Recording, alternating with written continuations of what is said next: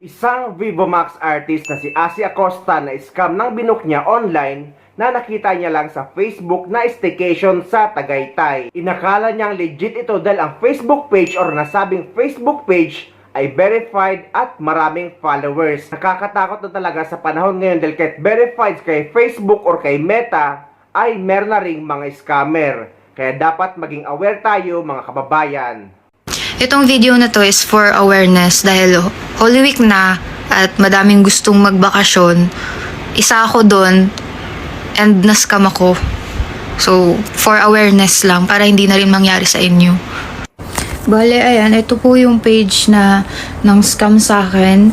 The Hidden Villa, Tagaytay, Cavite. Ganun yung nila, location. Tapos, 14k followers. Verified, and then yung earliest post nila from 2020 pa. Kaya ano mo talaga na, ay, ang tagal nung page.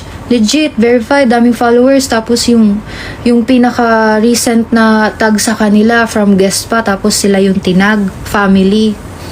Makikita nyo yan pag in-scroll nyo. Tapos yun, nag-inquire ako ng one night.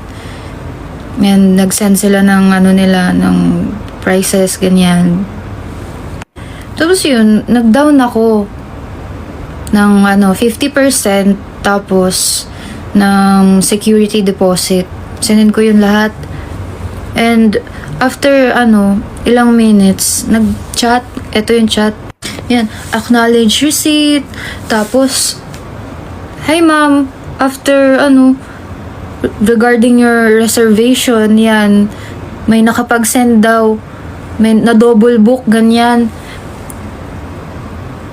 Ayun, doon na ako kinutuban na baka scam kasi sabi-sabi double book, ganyan, nakapagbayad na ako. Tapos, nung kinutuban ako, hiningan ko sila ng ID. Nag-send sila ng DTI, ng valid ID. Tapos doon, medyo nakahinga ako kasi, nag-send ng ID, baka totoo. Tapos, meron pa rin akong, hinala nun.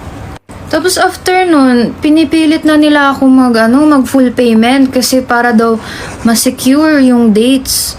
Ako bilang mapagbigay, sabi ko, ibigay nyo na lang po sa kanila tapos i-refund nyo na lang ako.